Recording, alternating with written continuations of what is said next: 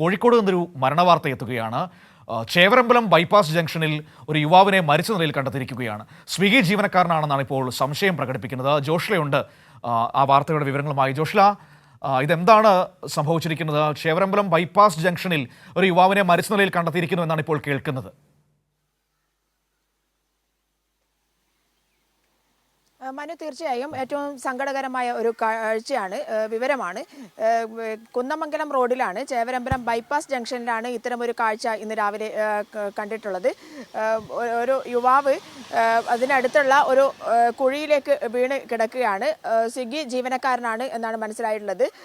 അവരുടെ യൂണിഫോം അടക്കം, സ്വിഗ്ഗിയുടെ യൂണിഫോമാണ്, ബൈക്ക് അടക്കമാണ് മറിഞ്ഞു കിടക്കുന്നത്. ഏത് സമയത്താണ് സംഭവിച്ചത് എന്നറിയില്ല. എന്തായാലും മരിച്ചിരിക്കുന്നു എന്നുള്ള വിവരം വഴിതെറ്റി കുഴിയിലേക്ക് പോയതാണോ? റോഡിന് സമീപമാണ് കുഴിയെന്ന് തോന്നുന്നു ജോഷില.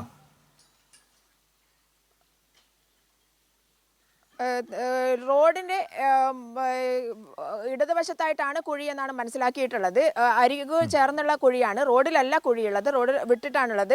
ഒരുപക്ഷെ മറ്റ് വാഹനം ഇടിച്ചു തെറിച്ചതാണോ നിർത്താതെ പോയതാണോ എന്നുള്ള കാര്യം വ്യക്തമല്ല. അതേസമയം അറിയാതെ ഒരുപക്ഷെ രാത്രി ഉറക്കമോ അങ്ങനെ എന്തെങ്കിലും പെട്ടെന്ന് വന്ന് സംഭവിച്ചതിന്റെ പേരിൽ വീണതുമാകാം. അത്തരത്തിൽ എന്താണ് എന്നുള്ള വസ്തുത ഇപ്പോഴും വ്യക്തമല്ല. പോലീസും ഫയർഫോഴ്സും അവരെ കുഴിയിൽ നിന്നും എടുക്കാനുള്ള ശ്രമത്തിലാണ്.